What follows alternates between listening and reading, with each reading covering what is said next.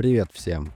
Клиент принес Nintendo Switch OLED и сказал, что после чиповки через пару месяцев перестала грузиться атмосфера.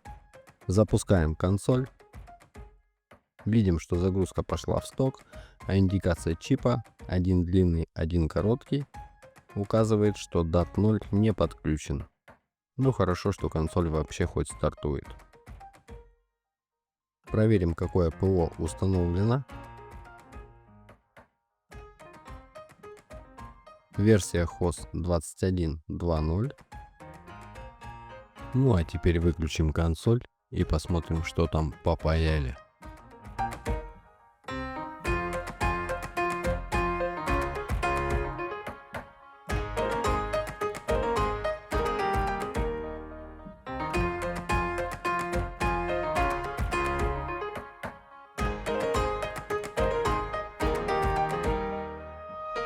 Бэкплейт хотели покромсать, чтобы влез чип.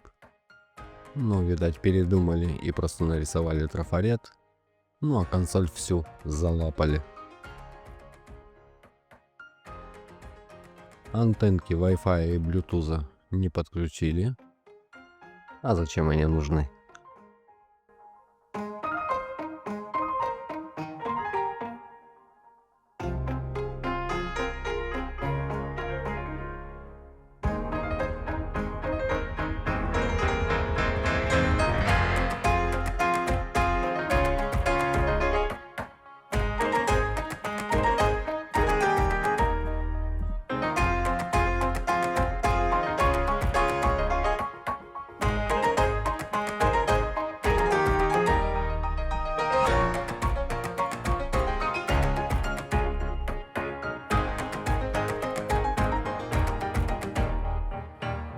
Провода с точки DAT 0 уходят под плату, включая 3,3 вольта, а значит стоит адаптер. Погнали под микроскоп.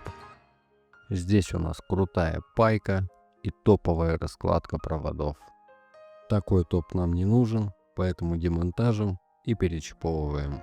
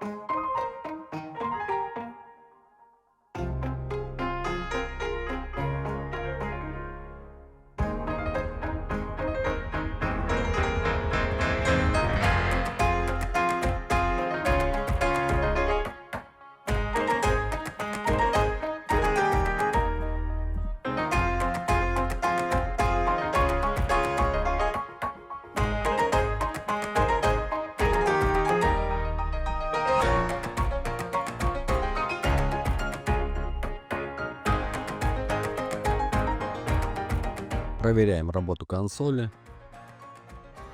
Чип работает. Проверим загрузку в стоковую прошивку. Здесь все у нас хорошо.